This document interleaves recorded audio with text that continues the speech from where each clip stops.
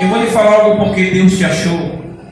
Deus te achou porque não havia outro lugar melhor para você estar, você aqui hoje.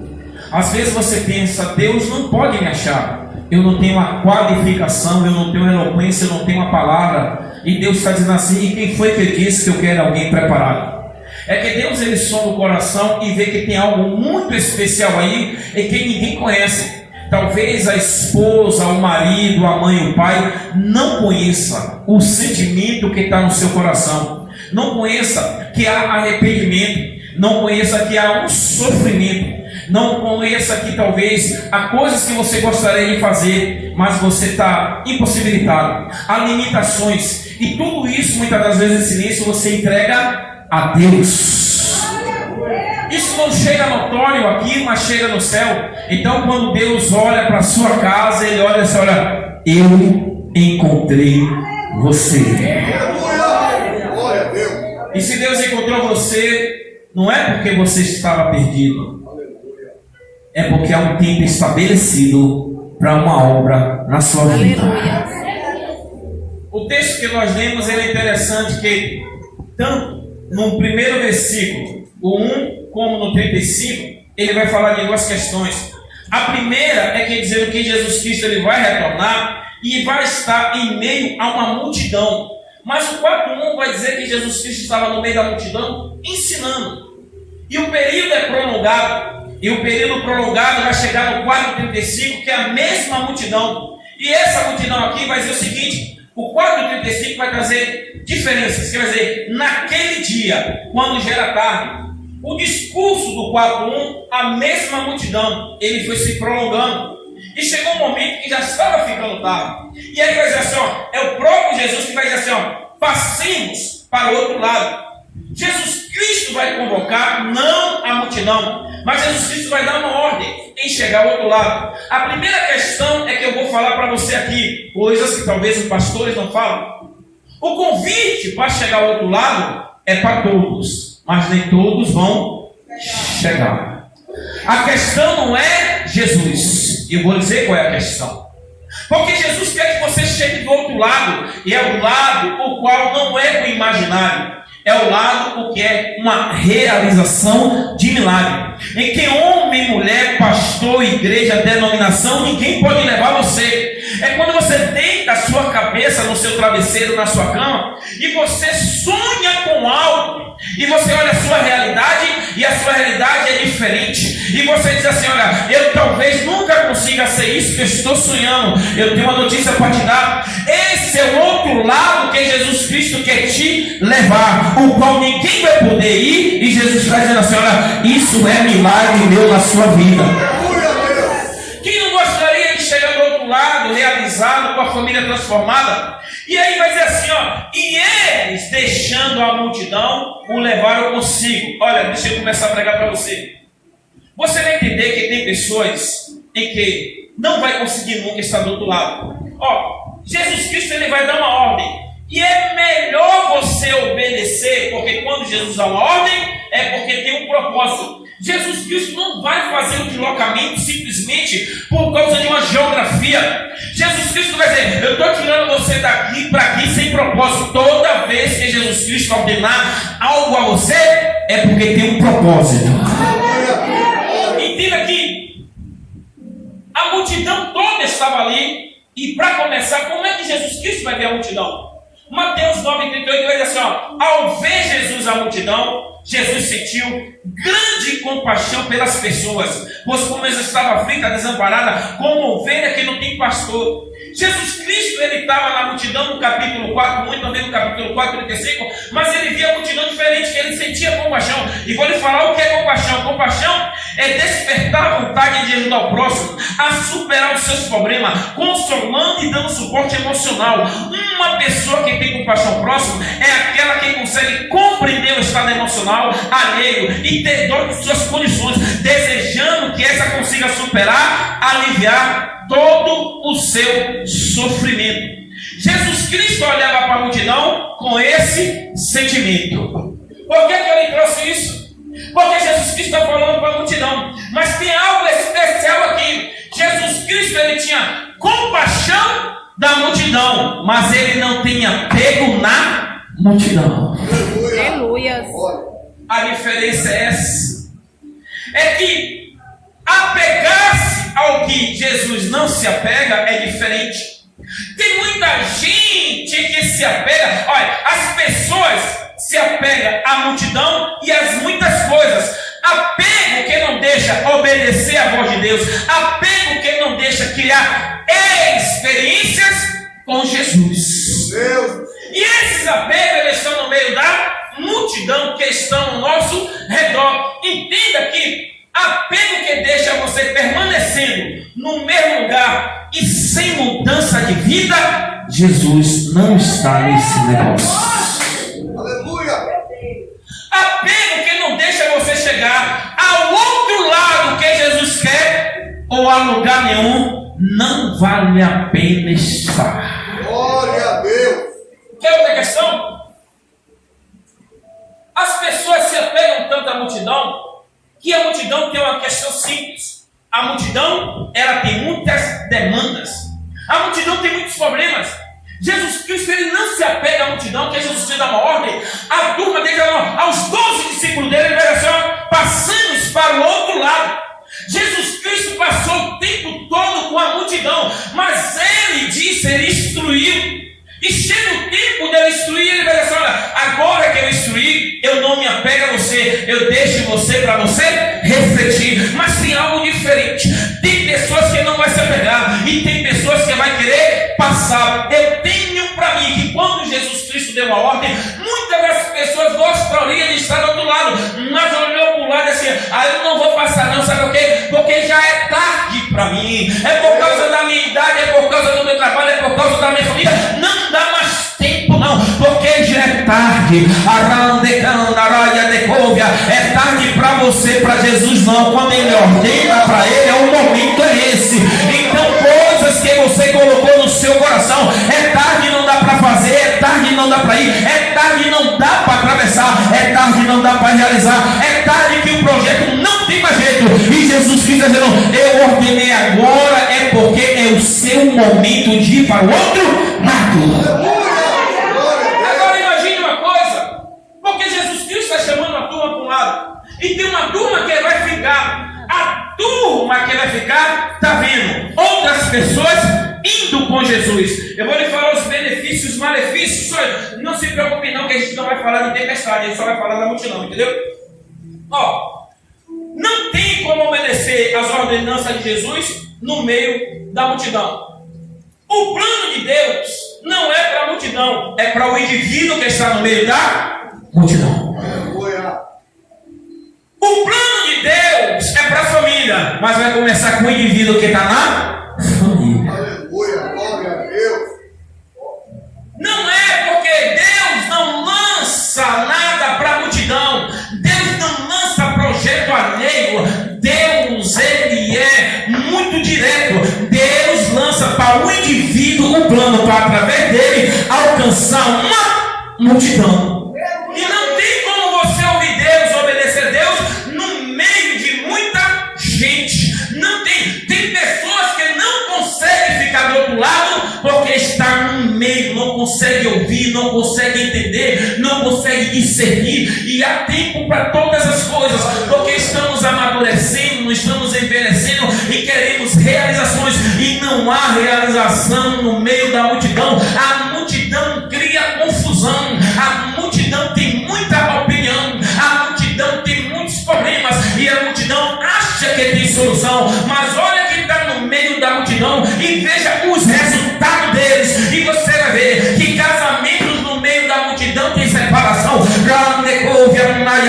Não chegou do outro lado, não constituiu aliança. Alianças são quebradas, a amizade no meio da multidão ela é trocada, ela é descartada.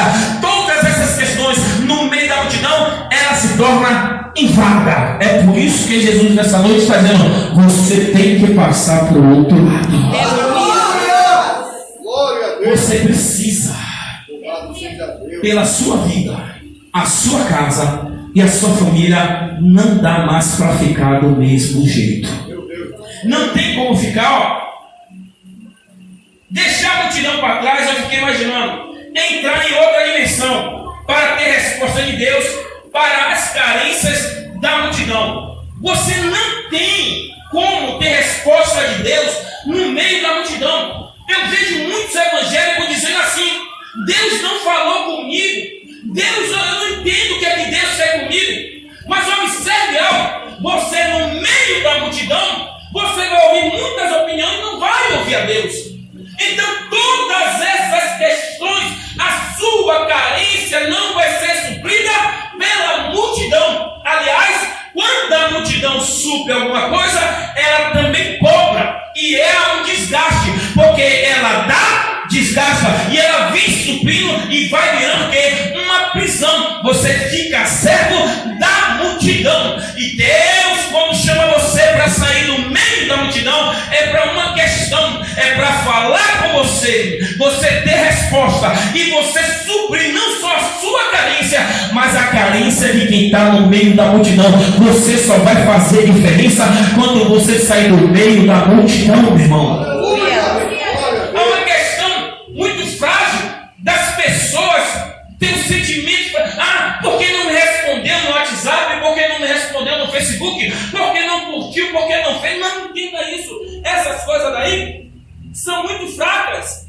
São coisas de pessoas muito fracas sentimentalmente. Você não vai conseguir ouvir Deus enquanto você achar algumas pessoas mais especial do que Deus. Não tem como Deus fazer nada na sua vida. E se você olhar para você e refletir, você vai ver que você já deveria ter tido muitas conquistas, e quem atrapalhou foi justamente as opiniões da multidão. A questão é essa: assim, ó, ficam no meio da multidão e satisfazem as suas necessidades. Ó, eu vou falar de autoridade, igreja, porque todo mundo fala de igreja, eu sou pastor, também falo de igreja. Entenda uma coisa, irmão: a culpa não é do pastor. Não. Eu sempre falo para o jovem no culto do jovem, sabe o quê? Que todo fracassado, ele tem uma desculpa. Todo fracassado, ele tem quem apontar. Todo fracassado, ele tem quem acusar. Quando ele olha o fracasso dele, ele vai dizer: a culpa foi de fulano. A culpa é do meu pai, a culpa é da minha mãe, a culpa é de minha esposa. A culpa, sempre a culpa, ele nunca olha para ele. E quando nós estamos na igreja, diz: a culpa é da igreja. Mas só que a culpa nunca foi da igreja, porque é uma conveniência de entendimento. Muitas pessoas se relacionam dentro da igreja e ficam no meio da multidão esperando oportunidade de se relacionar com todo, mas não se relacionar com Deus. E quando vem a conveniência, é bom, porque você dá e praticamente você recebe. Mas isso aí é um desgaste.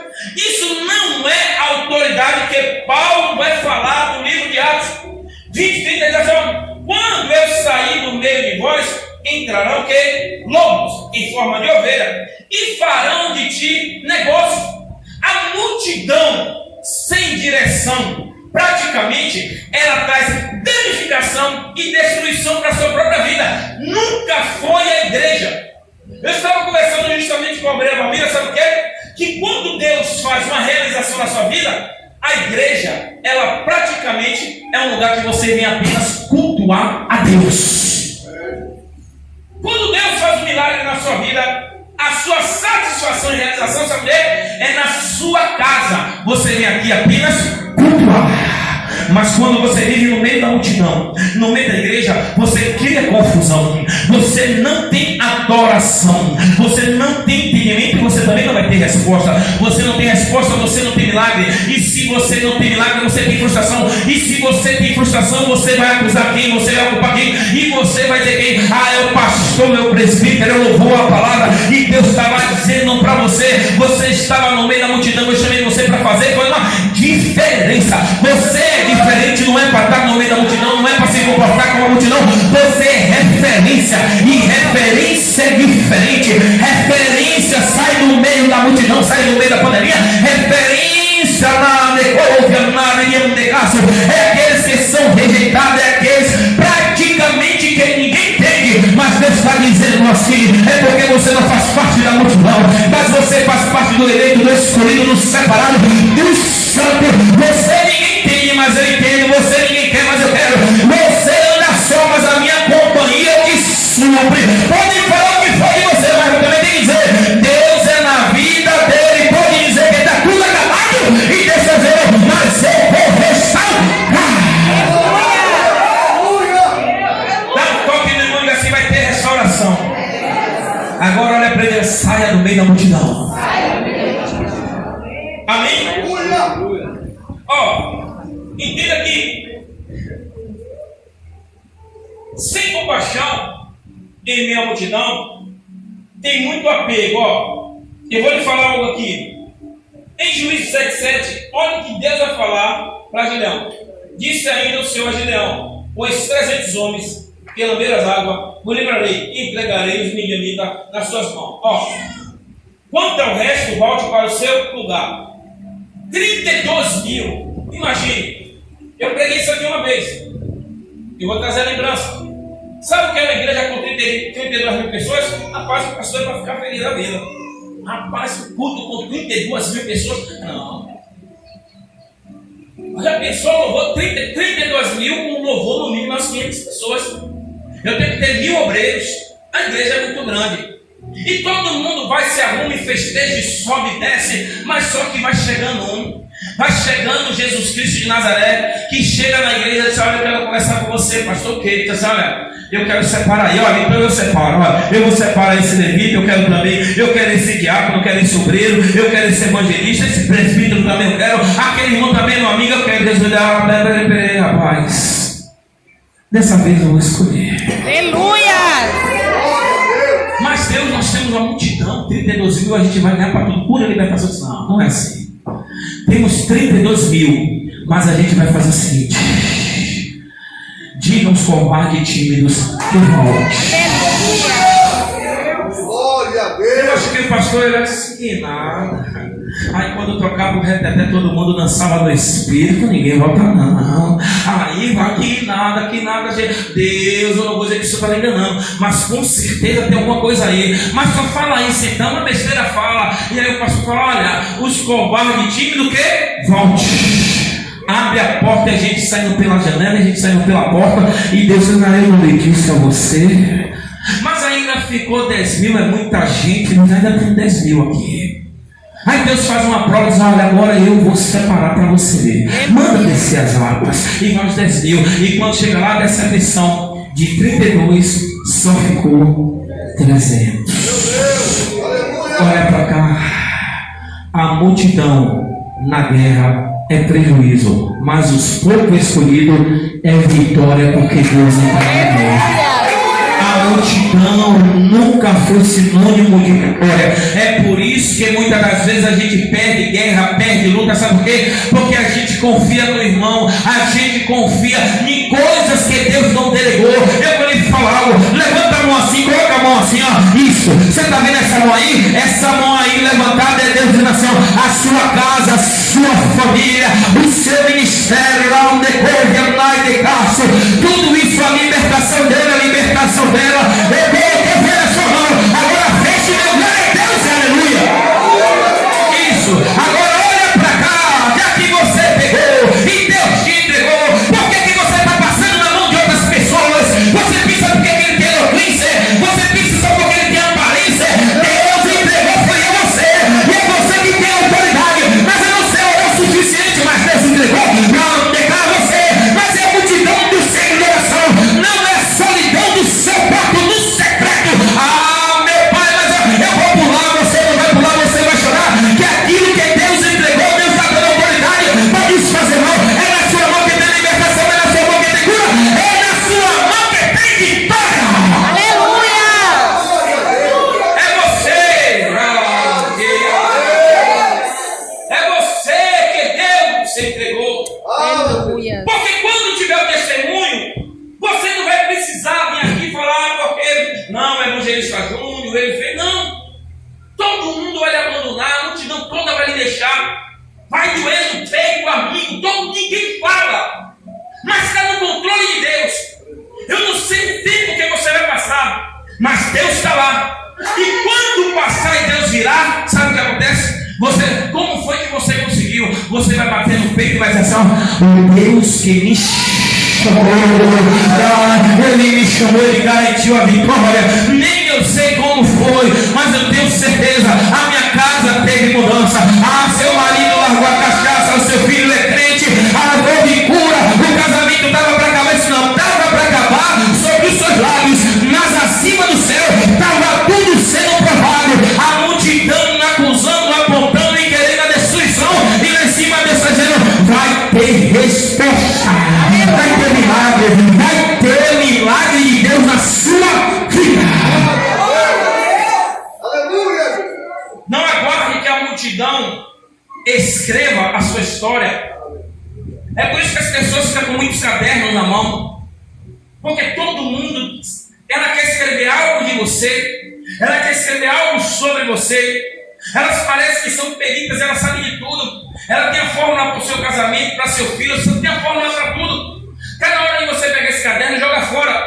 E está na hora de você esperar Deus escrever através do Espírito Santo e mandar para cá. Deus está esperando você no quarto no secreto para dizer como é que vai ser a sua vida. Sabe o que é mais assim, ó? Olha para cá.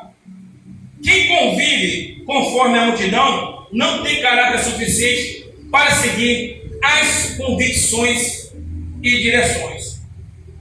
Todo mundo que segue a multidão é perdido aqui dentro. Porque não é possível que você madure. Eu sempre falo na igreja: olha o resultado de quem dá opinião a você. Se der opinião acerca de casamento, olha para o casamento. Se der opinião acerca de filho, olha para o filho. Tem gente, olha a vida espiritual, se ora, se jejua, se busca. Porque tem coisas muito preciosas em que você precisa ouvir. E Deus, quando manda você passar do outro lado, é que já cessou todas as opiniões. Você sabe por que o cansaço na nossa vida? Sabe por que você acha que não vai dar mais certo? Porque você ouviu tanto que você passou a acreditar no que falaram acerca de você. Isso produziu um pensamento e houve um sentimento.